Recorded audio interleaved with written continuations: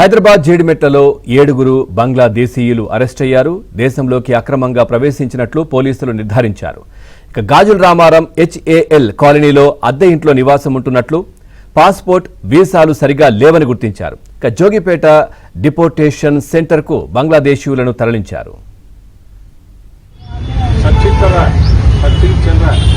बांग्लादेश वाला कौन है इधर इंडिया में बोल के गली गली में हर मोहल्ला में भी चेकिंग चल रहा है.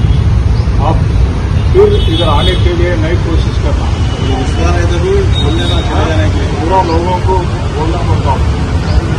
ओके, बॉर्डर में भी पेट्रोलिंग ज़्यादा हुआ, बॉर्डर में भी फेंसिंग स्पीड हुआ, इधर आए तो बहुत मुश्किल हो जाता है. कितना बार वोट डाले हम आप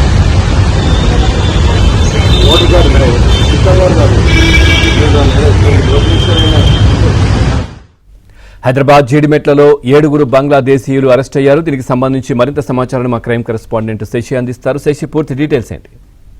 జీడిమెట్లలో బంగ్లాదేశ్ జాతీయులను అరెస్ట్ చేశారు జీడిమెట్ల పోలీసులు. సుమారుగా 7 మందిని అదుపులోకి తీసుకున్నారు. వీరందరినీ కూడాను జోగిపేట డిపోర్టేషన్ సెంటర్ కు తరలించినటువంటి సందర్భం కూడా ఉంది. గాజుల రామారం HAL కాలనీలో బంగ్లాదేశీయులకు సంబంధించినటువంటి జాతీయులు కొంతమంది ఉంటున్నారంటూ కూడా పోలీసులకు సమాచారం అందింది. దీంతో ఇవాళ రైడ్స్ నిర్వహించారు జీడిమెట్ల పోలీసులు.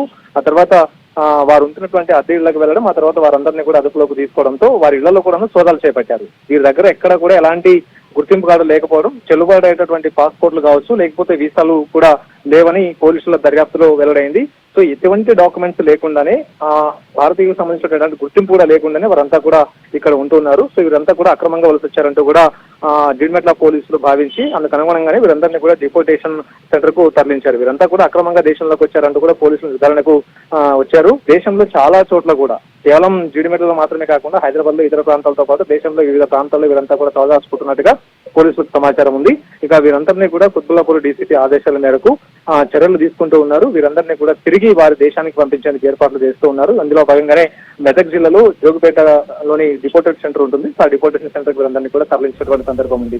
సో వీరి దగ్గర నుంచి ఇంకా కొంత సమాచారాన్ని సేకరిస్తున్నారు. కేవలం ఈ 7 మంది మాత్రమేనా, ఇంకా వివిధ ప్రాంతాల్లో ఎక్కడెక్కడ బంగ్లాదేశ్ జాతీయులు ఉన్నారో వారి దగ్గర నుంచి కూడా సమాచారం సేకరిస్తున్నారు. సో ఇచ్చిన సమాచారం ఆధారంగా ఆయా పోలీస్ స్టేషన్ వివరాలను కూడా పంపనున్నారు. Right, thank you Shashi.